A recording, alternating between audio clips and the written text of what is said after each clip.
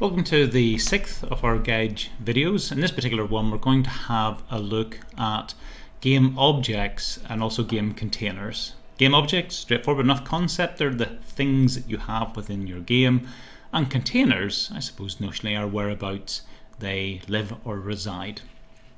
In terms of the classes that we're looking at, you can see our overview of the GAGE central classes here. We're going to be concerned with a screen manager, which is going to be something that looks after screens, the primary containers that we have within GAGE. And if we delve down into this here, we'll actually look at a game screen and a couple of different game objects and sprites that live within the different game screens. There's a bit there about viewports at the top, but that'll be in the next video. But all screens have viewports, windows into the world or the container that they represent. So usual stuff, a little bit of context, first of all, just by setting the scenes before we delve into the code. It's unproblematic, by way of an argument to claim that if you're thinking about games, we generally subdivide them up into a number of different screens, regions, levels, maps, areas. Basically, they're decomposable. This is a good thing, a common enough thing from software development point of view. It gives us a way of chopping up our program into more manageable chunks. You can see here a particular illustration. So for example, the particular game in this case is separated into a number of different levels.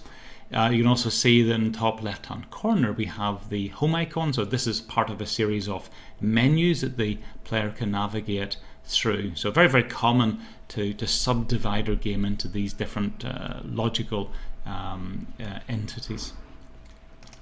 Going down into a little bit more detail, this depends on the game and the nature and complexity associated with that, but it's entirely possible to have a game where there are lots of different containers, be this in terms of maps or screens that are all connected together, that potentially the user is either navigating through in terms of menus, or the player, in terms of playing the game, is moving through as they progress through the game. Generally speaking, because you can have this interconnection, the ability to move and to navigate through it, we need some type of management around this process. It can be simple, all the way up to rather more sophisticated management techniques. And final thing I want to mention, just by way of introduction before we then look at the code, if we're thinking about the things that live inside these containers, the entities, there's lots of different types. They can be static. You can see some examples here of, well, it's a static picture, but if you imagine this being playing, a number of the things within your game just sit there and don't really do much. They can be animated, so we may have a simple bit of animation around it. They can be informative, so these can be things that are maybe part of a head-up display. They could be buttons, they could be text, again, different things for different purposes. For interactive objects and what you might more naturally think as a game object, they may be AI controlled, they could be player controlled. So again, there's lots of different subtypes when you start thinking about the types of entity, the thing that you have inside your game. So we'll start off first of all now having a look at some of the code within GAGE. And if we go back to the overview, we started off saying that we have a screen manager. It contains a number of game screens and they contain sort of entities, game objects and sprites. So we'll start at that high level and we'll narrow down into it. So first of all, we'll have a look at our screen manager that we have within our game. So it's inside our engine package. Down here we have a screen manager. If I open this up, it's not a big class, actually. It's a fairly small class in terms of its total size. And in essence, it provides a simple stack-based structure. So Screen Manager looks after a number of game screens, and the particular way that it does this is to have a stack. So you can add screens to it. You have a current screen, what's over the top of the stack. You could remove screens off it. And we use a stack-based structure to enable us to manage adding and removing and working out what's the current screen. Go through this then, so it's just a simple class.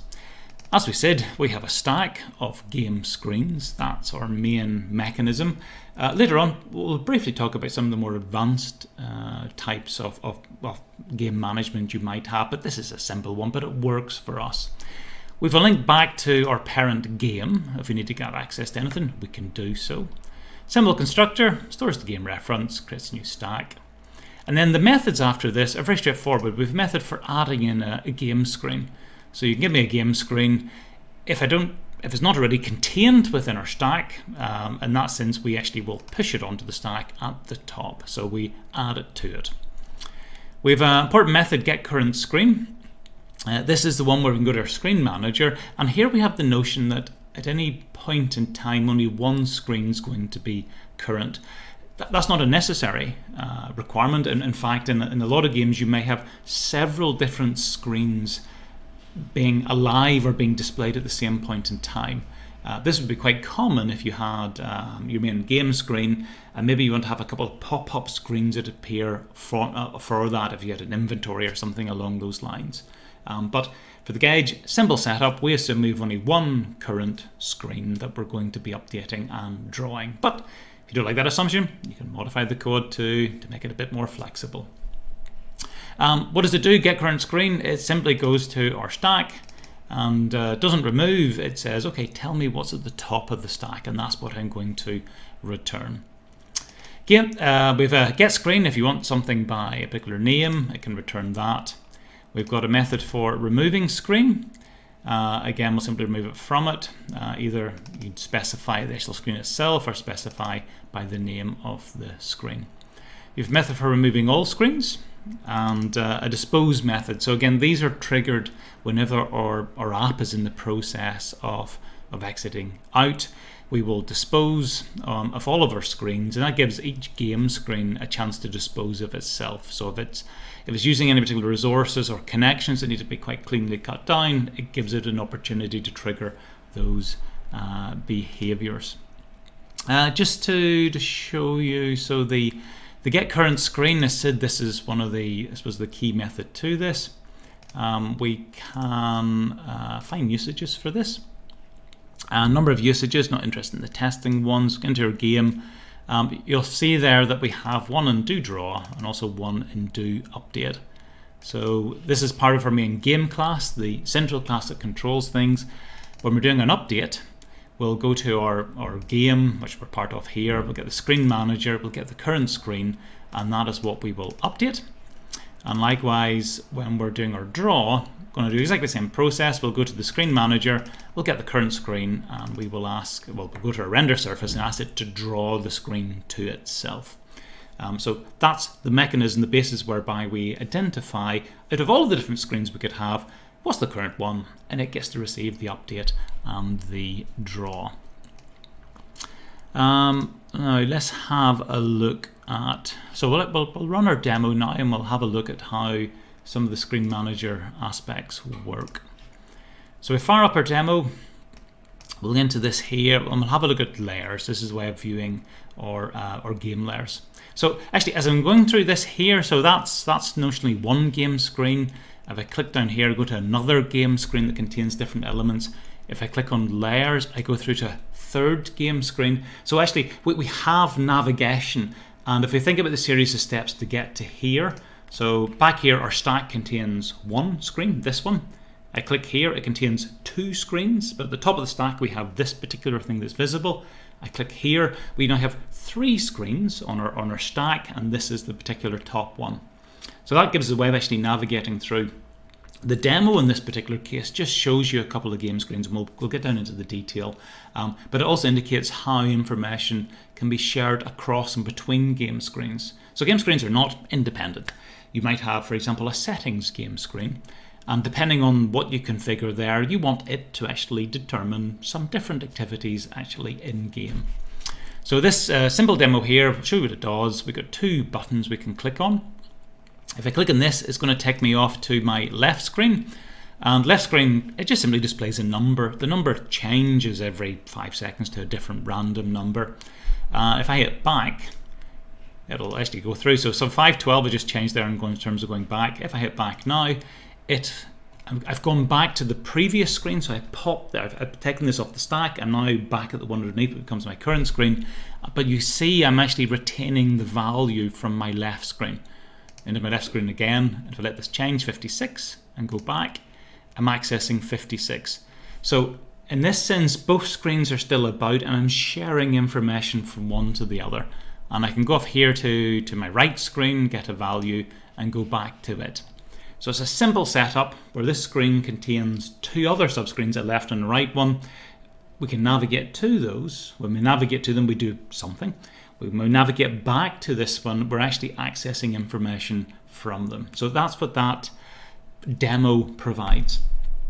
So might as well show you how we do that inside our code. So it's down inside our game. Inside this we have our missed demos, and the two relevant classes here are game screen demo screen, a bit of a mouthful, and also game screen demo subscreen, also a bit of a mouthful. We'll have a look at the demo screen first of all. And one thing to notice there, and if we go back to my slides, let me go back a couple of slides. In our overview here, we said our screen manager manages game screens, and game screens can contain objects and sprites. So fair enough, if I'm looking at my code, I can see here that this game screen demo screen is a type of game screen itself. And likewise over here, my game screen demo subscreen is also a type of game screen. So I'm subclassing my game screen class. If we actually go and have a look at how we declare our game screen. So game screen is defined up here inside our world package. It's an abstract class, so you have to create a concrete implementation of it. It's a very short, very simple class. It has a name, so you can retrieve screens by name, and you can get that. It is linked to a game, so every game screen knows the game that is attached to, which means it can get access to the asset manager, it can get access to user input, it can get access to the screen manager. So this is the way that it gets access to all of the different services that it might want to use. It has layer ports, a default layer port and a default screen viewport, and we'll look at those in the next talk where we're going to explore viewports in more detail, so we'll ignore them here. We've got a constructor. Give me a name, give me a game, and I'll store these and I'll create some default viewports, and let's not worry about that. Then I've got my two abstract methods, one for doing update and one for doing draw. So when you make a concrete implementation of a game screen, you have to say what happens when you update the game screen, and you also have to say how do you draw or render that screen to the actual screen itself. You got pause, you got resume, and you got dispose. So these get to be called automatically whenever the app is paused, resumed, or disposed of. And you can put in, you can overload these if there's something specific that you want your game screen to do. So for example, if you were playing some music or some audio and you pause the app, you probably want to pause the audio as well. So you can trigger those from those particular sections. So let's go back then to our game screen demo, this one over here. So it extends game screen. We'll get that basic functionality, not really much there. We'll have to specify the update and draw, but we can see it. So if we go down, we have a look at what this screen actually contains. So we've got really a couple of push buttons. So we have one for going back, one for triggering the left, and one for triggering the right screen. So there's three buttons in this. And at this point here we are, oops, I don't move this across, we're also defining our two other game screens. So it's going to be one for going to the left and one for going to the right. So this particular class actually creates these two levels, if you want to call it that, and contains it within itself. And we'll be swapping between those, both to change to those screens and also to get information from them when we want to access what the number is. Having a look at the constructor for this then, we must just simply call the super constructor. It gives it this name, and it stores the game reference. After that, we've got a little bit of setup. We're working out just how big this thing is for the layer viewport. We'll look at this when we're looking at viewports. We create a back button at a certain location and set up some sounds on it. We go to our asset manager and we load in 4 images. Again, the previous video we had a look at asset management. Here we got our left arrow, and the left arrow when we are selecting, touching upon it. We've got a right arrow, and the right arrow selected. We create our left and right triggers, and we also then finally create our two sub screens that we will be moving to and accessing information from. So the constructor here does all of the hard work in terms of setting things up. The update method then, so if you think about the update method here, really what we want to do is a few things, is simply to work out, are we triggering a transition to another screen? The first thing we check for is, has the back button being pressed? So if the back button's being pressed, we want to go back to wherever we were before we ended up in this screen. So this one says that if the back button, if the push was triggered, then go to my game, get the screen manager, and ask it to remove myself. So this basically says, okay, I'm going to go back to the screen manager inside the game. It will have a stack. I'm currently top of the stack because I'm the active one, and I'm just asking it to say, well, I'm finished. Remove me, please, from the stack of game screens that are being managed. And the screen manager will do that, and then whatever is currently at the top of the stack, it becomes the new active screen. So that's an example of how we can move back to it. We check then for the left and right button. If well, first of all, we update the button to work out, as the user interacted with it. If it has been triggered, so the user's pushed and released on the actual button, then we go to our game, we get the screen manager, and we add into this our left screen. So it's going to our screen manager and then pushing this on top of the stack. So we still maintain the link to this particular screen, but we've now added a new one on top. It becomes the active screen. So whenever we finish this update and draw, for the next update and draw, it'll be updating the left screen that we've added in. Exact same process for the right screen as well. Okay, and then if we look at drawing, so we've got a paint instance that we're just going to create to save us recreating every single draw request. For drawing things out, it's quite simple. Clear the screen. We do a little bit of setup for how we want our text to appear. We draw out the screen, and we get the name of this screen as well. So we can see that at the top whenever we go into our demos. It's game screen, demo screen, or right screen, depending on which one we're going to be accessing. So it gets this here. There's a bit of a text about what you should do. Again, changes the text size a little bit. Works out. So this is the particular bit here where we go to our left screen and we say, well, you have a value that I'm interested in. Get screen value. We'll see that method when we look at the class. We get this. Now we're going to display this, or we'll display NA if we haven't yet managed to configure what that value is. Do that for both sides. Draw the left and right trigger buttons and draw the back button. So in essence, the draw method is just drawing all of the stuff that you can see on the screen. Fairly straightforward. If we then go on and have a look at the game screen demo sub screen, again, really a bit of a mouthful. A better name would be quite useful here. So again, it's a type of game screen. It also contains a back button, so we want to have some way of indicating we're finished with this screen. It has the screen value, and that's the number that's randomly generated. So it assumes a value of -1 at the start, which means it hasn't yet been generated, and the subscreen that calls this here, it knows if it gets back -1 that it is to interpret -1 is not yet defined. We have a couple of variables here that control how quickly the actual time is changed. Here, or the value is changed. Here it's changed every 5 seconds.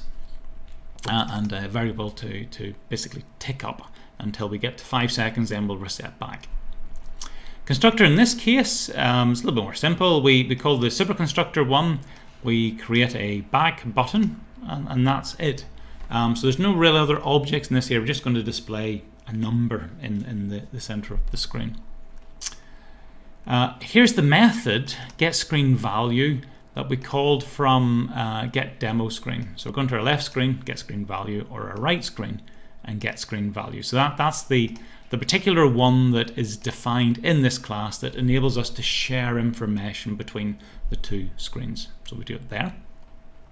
For update, we're simply checking to see, well, has the back button been pressed? If it is, then we are removing ourselves from the stack. Other than that, we're doing a small check to see, well, how much extra time has elapsed since the last update. If it triggers a change, then let's randomly generate a new number between 0 to 1000 and reset or delay if need be. For the draw then, Pretty straightforward. We clear the usual stuff, text, set up how text is going to be defined, give some information about what happens in this, and display the screen name, and then actually display the text. Well, set up how you want the text to be displayed for the number, and draw the big number in the center, and then finally draw the back button. So that's all that it does. It's a fairly simple setup, but it shows you how you can define a game screen, how you can subclass based on the one that you get, and how you can move ones, how you can add ones in, how you can share information between them. And doing that's really all that you need in terms of a basic screen management. Now, instead of talking about this here, this is basic screen management. It's not complicated, it's not complex. Depending upon the game, you might either require, or it's desirable to have something that's a bit more sophisticated. To give you two examples of either where you might want it to be or where you might require it to be more sophisticated. If you have a game which is a very rich, very complex set of interconnected levels that the player can interact with, you might want to extend, as opposed to a simple stack, into very much more of sort of a graph-based structure, so you can actually connect all of your different screens together in quite a flexible manner. As already mentioned, you may want to have several screens being active at any point in time, different layers, and you can then update and draw them in a certain order. So again, you need a slightly more sophisticated data structure for that. Finally, depending on the game and how, if you can use the game manager or the screen manager to tie into things like memory management or performance management. So if you are coming up to a particular new game screen, you may want either to stream in some of the assets that it uses or to release the assets that it uses as well. So you can be quite sophisticated if you want to, if you need to, in terms of the sort of container management. Right, so that's all we want to talk now, or to talk about our containers, our game screens. We'll go on and we'll have a now look at the objects that we have inside our games, and we'll go back to our code for doing this. Now, inside GAGE, there's really sort of two base classes, and the assumption is you will subtype those or subclass those depending on what you actually need. As mentioned, there's lots and lots of different types of game container: static ones, dynamic ones, AI controlled ones, player controlled ones, informational ones. So there's no one right or wrong way to do this. So I'm going to show you the particular way that it's set out inside GAGE, but this is just one of many thousands of different ways that things could have been done. So the relevant classes that we have here, there's two. One is game object, and the other one is sprite. So if I go to the start of the classes, this is my game object class. If you like, this is the base class of all games. And if I go to my sprite, we can see this actually is a type of game object, so it subclasses it. So we'll start off first of all with game object. And this is the thing that basically all objects are a type of. Just to give you a very quick illustration of this. So we had a button, so a push button. This was the thing, if I clicked on it, moved me back to the previous screen. If I look at my push button class, it extends button. If I go to button, button is a type of game object. So you can build these things up in terms of game object, generally speaking, is the base class that is used in GAGE. Okay, so back to game object. So what things does a game object have or do? So we'll walk through this particular class here. Game object, it is contained, or this assumes that it is contained within a game screen. And this is assumed to be a single association that a game object lives within a singular game screen. And that's just the containerized version that we use here. So it means if you have a game object, if it can get access to its game screen, and it can because it knows which one it belongs to, and the game screen can get access to the main game itself, and it does because that was the relationship that we saw when we had a look at the game screen. So I go to my game screen.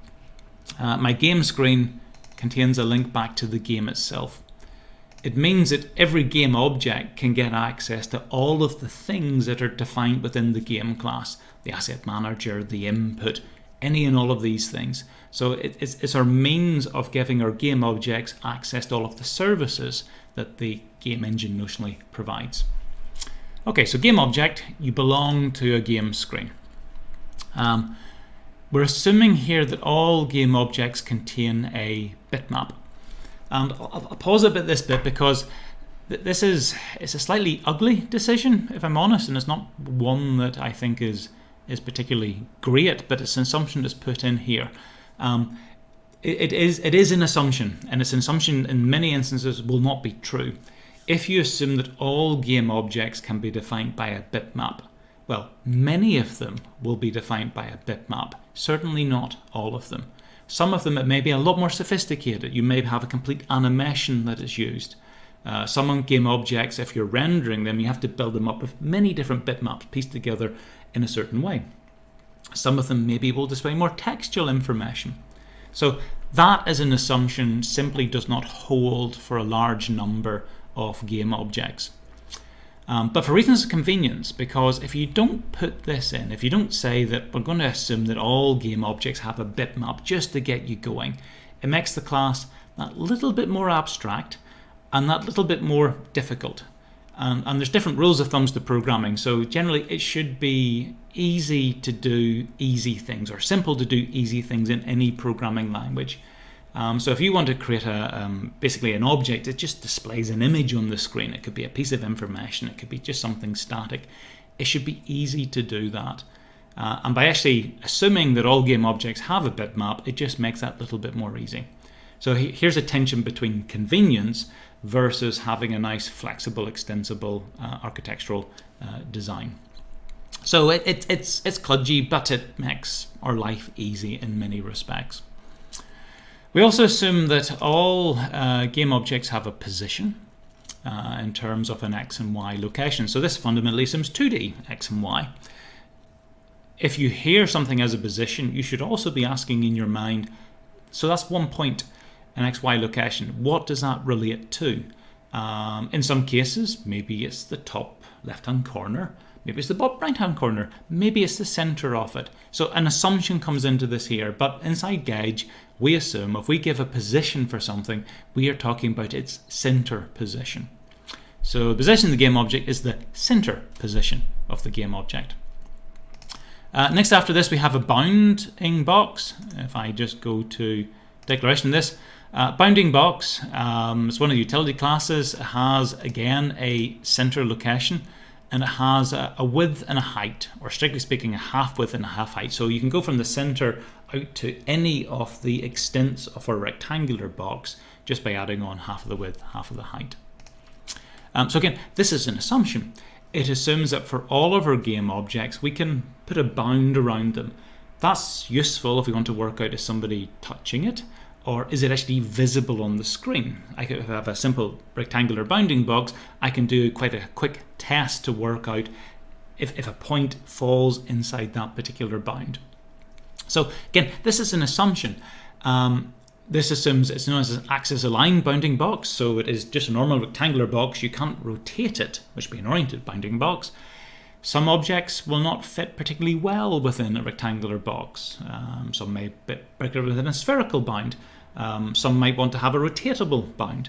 So again, it's a simple assumption that's put in that works for simple in the majority of cases, but there will be some cases where this doesn't work that well, but it's enough just to get things going. Okay, so all objects, they have a position, they have a rectangular bound, and we can use that for when we're drawing it out and things like that.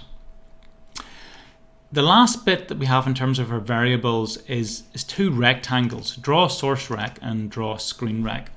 We will use this when we're drawing out the bitmap.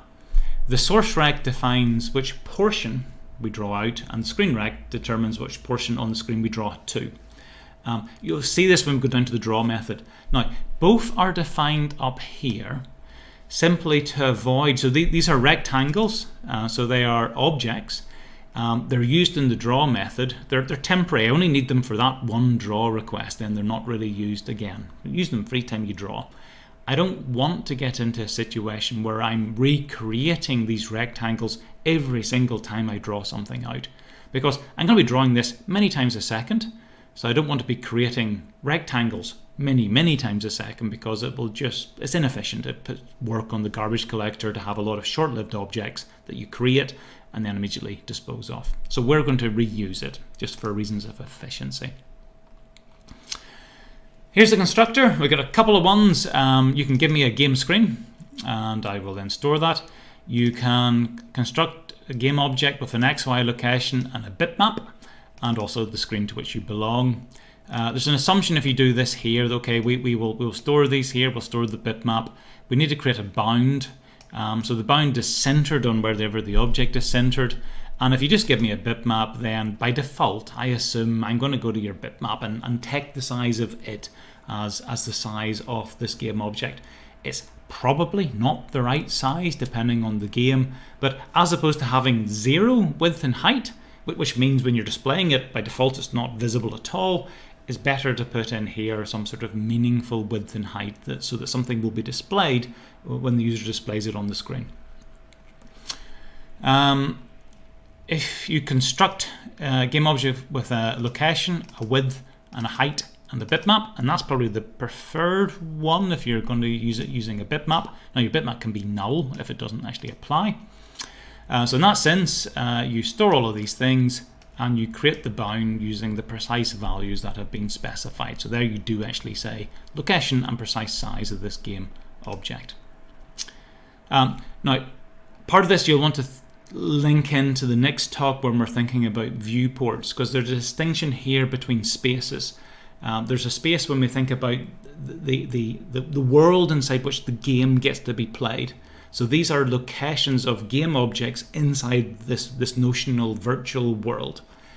There's also the notion of the screen that you're drawing to. And screens can be at different pixel densities, different sizes. So when we get into viewports, we'll understand there's a little bit of complication here.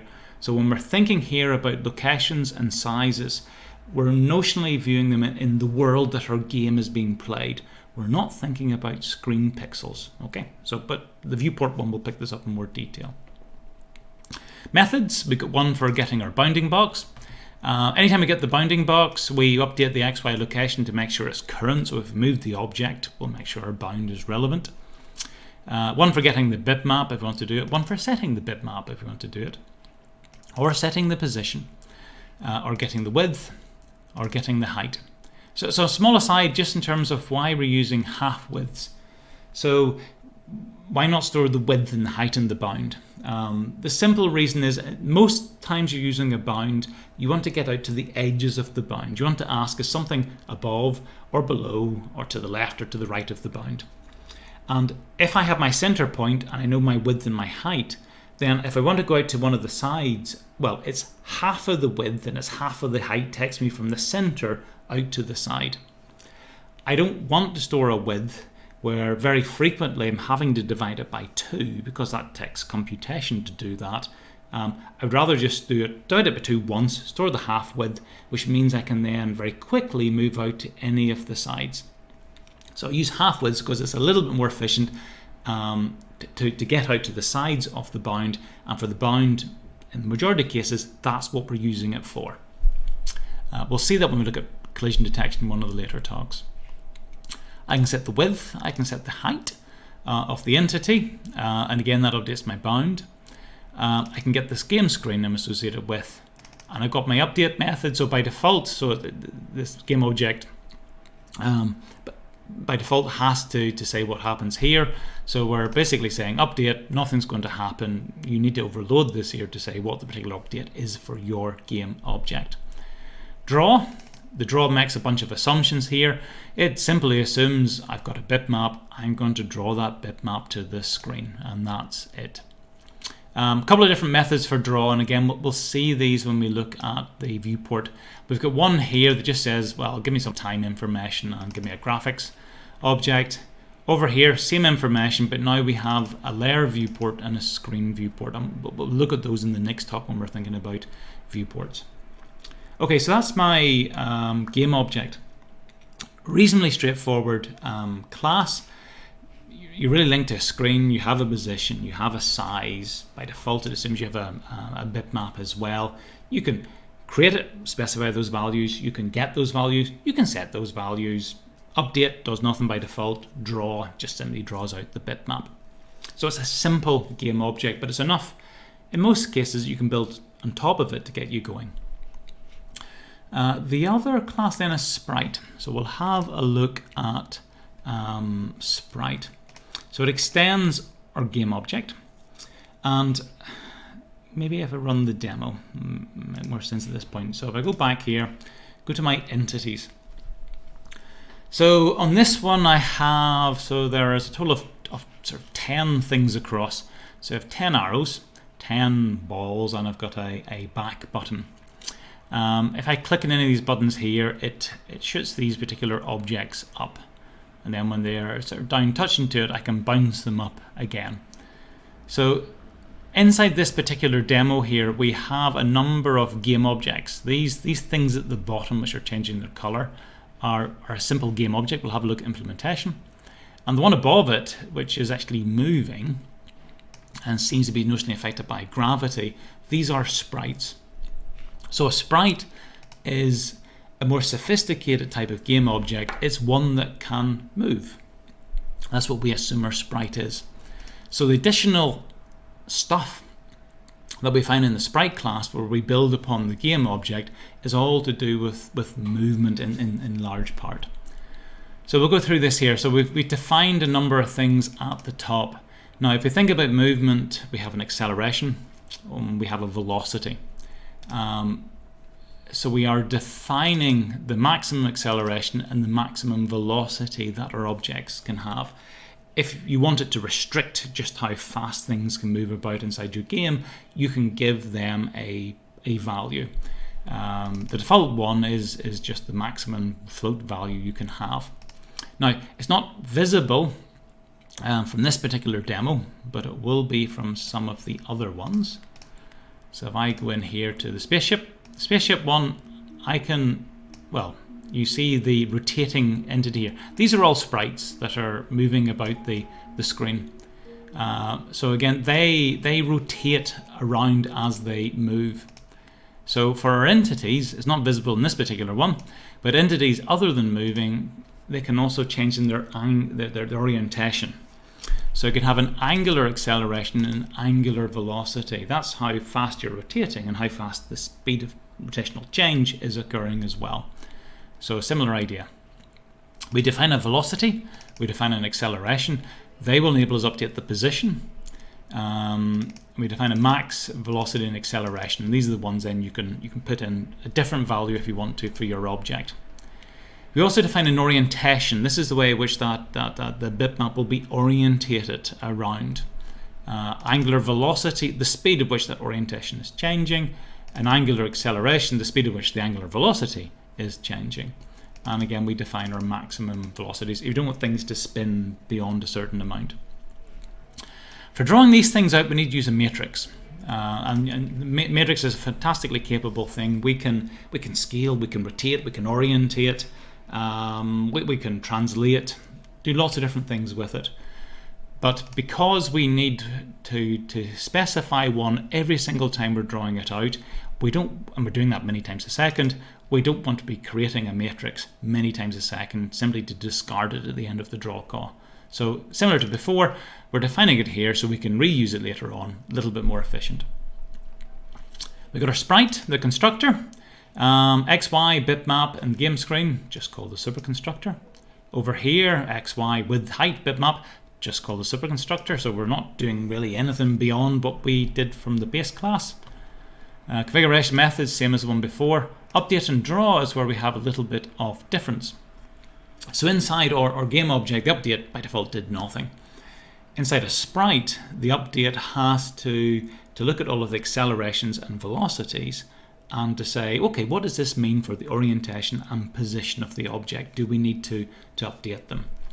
And this is the first instance here where the elapsed time, how much time has occurred since the last time you updated me, is really important, because this is the step time and we're going to store this as dt. So this will determine how much acceleration and velocity change, angular or linear, have occurred in that period. You can look at this yourself. Basically, it's just standard physics update. There's a bit here about making sure We can't exceed maximum accelerations or things along those lines. Okay, so you update your acceleration, make sure it's fine.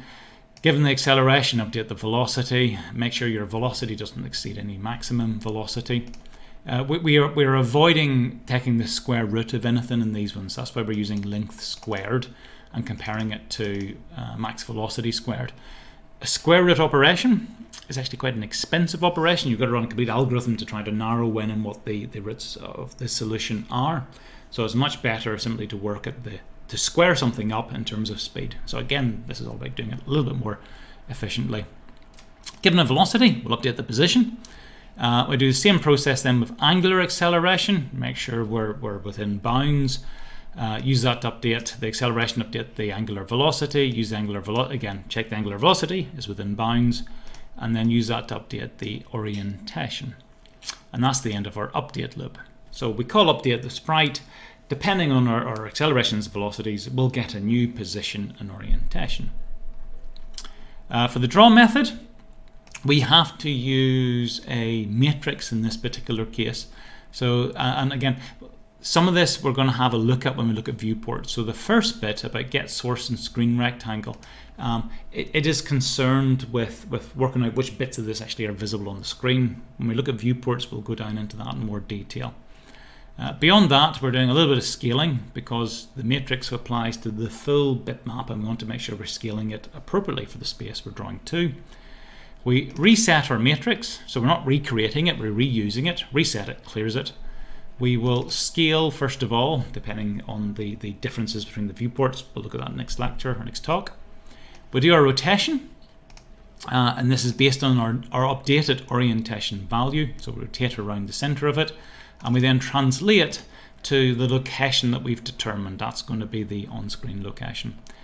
We draw the image out. So that basically just draws out the bitmap, right position, right orientation. And that's it. That's really all that this particular one does. So if I were to go back here, I click on one, I give it an initial upward velocity that pushes it up. Gravity is an acceleration, it's pulling the thing down, so it slows it down until it gets to the apex and then it falls down, speeding up. A little bit of a displacement connection at the bottom to detect the bounce. Now I'll just show you that code actually very quickly. So if we inside our miss demos, our game object demo screen, this is the one that when we run gives us this particular demo here. So things that we have, again, it's a type of game screen. We've got our ubiquitous back button, we always have that. Game object density, so there's 10 objects across the bottom. If I wanted 5 or 50, I can modify it here.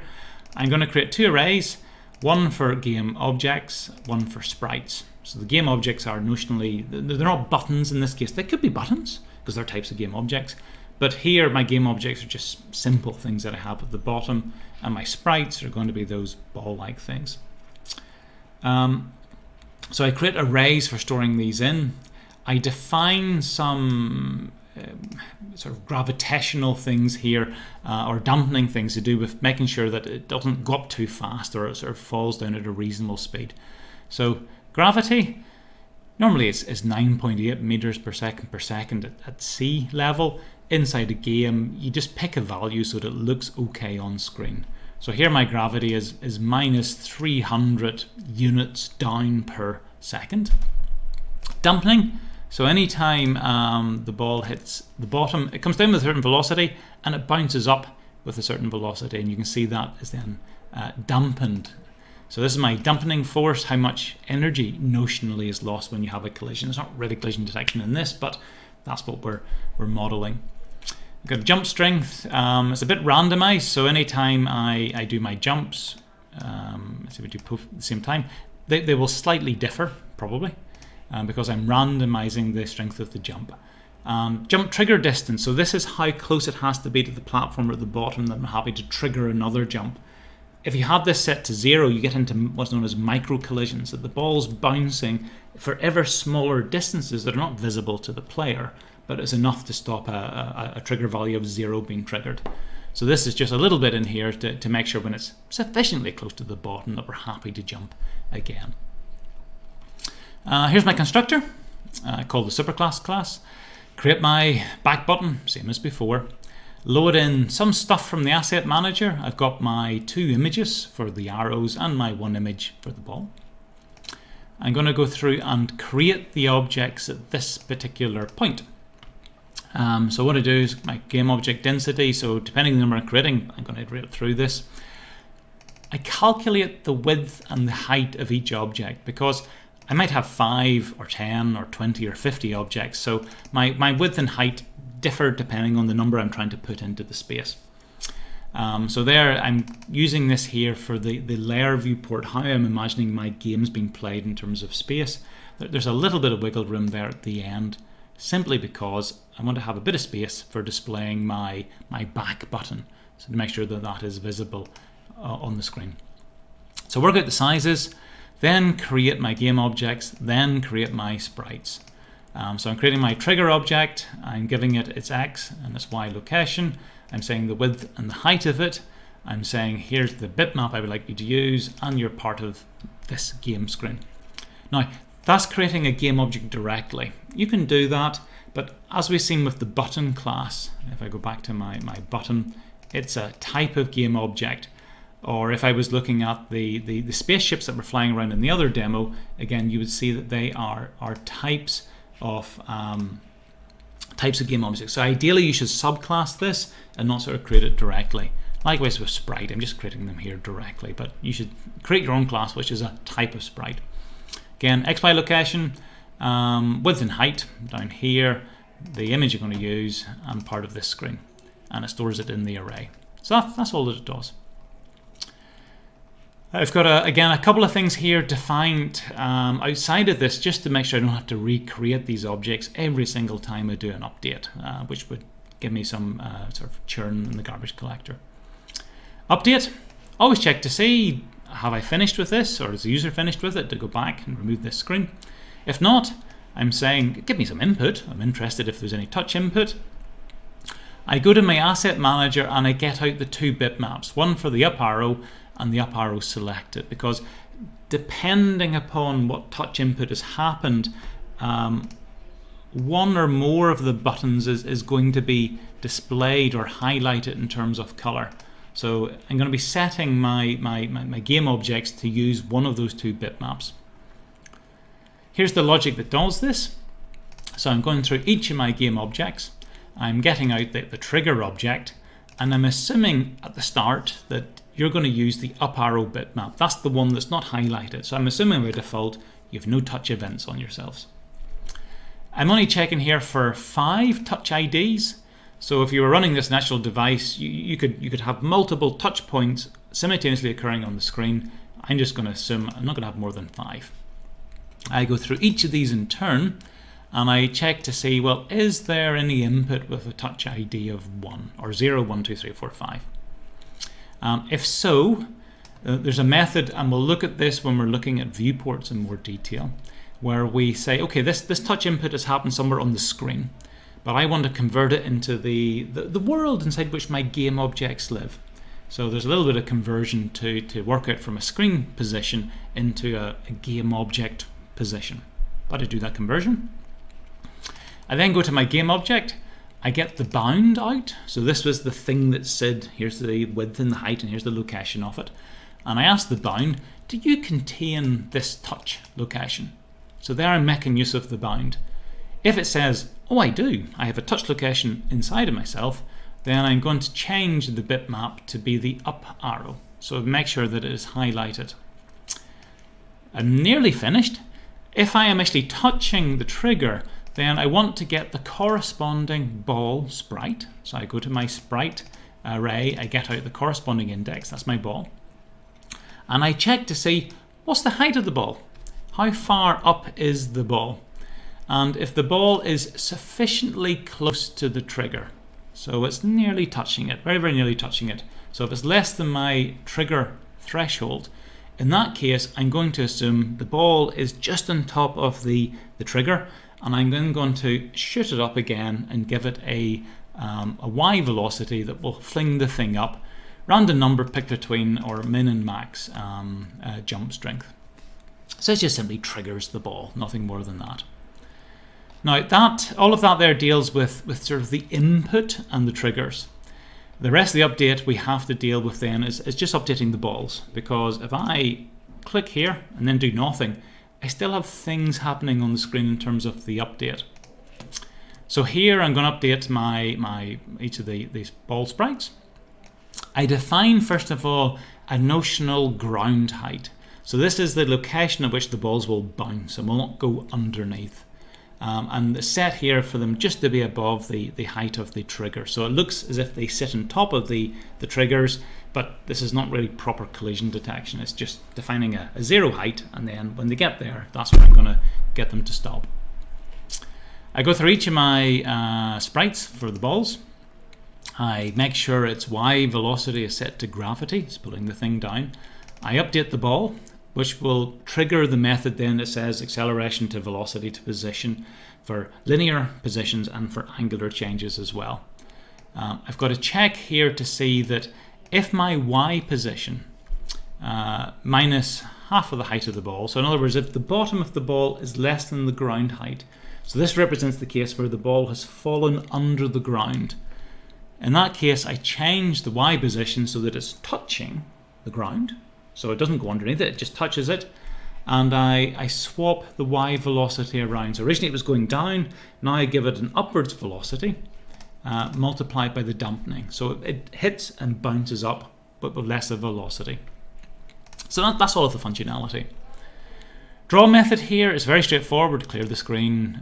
We will go through each of our trigger objects, draw them out, go through each of our ball objects, draw them out, and then finally draw our back button on the screen. That's everything that was in this here. It's a fairly simple setup. The one thing I would say in terms of using game objects and sprites is generally you do want to subclass them to create your own particular type of sprite or game object. That sort of encapsulates your behavior together within a nice class object. Okay, so just by way of rounding things up in this particular talk, things that we've covered here. So if we're thinking about games, they're generally large and complex. We need to have some way of decomposing them into more manageable chunks. And the idea of containers, of levels, of menus, of maps, they give us a mechanism to do that. If we think about those containers themselves, they will also contain things, entities inside them. They may be game objects controlled by AI or by the player. They may be decorative elements that are within your game. They could be tiles in a tile map. They could be information for a score or for a time, if you like, HUD style information.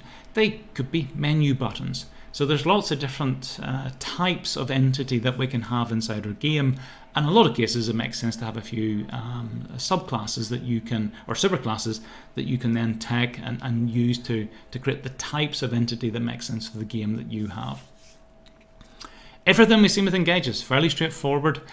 There's lots of opportunity to make this more sophisticated in terms of the management of the different collections, or indeed the sophistication of the entities themselves. But hopefully it gives you enough of an introduction, an overview to understand how exactly it is structured inside GAGE.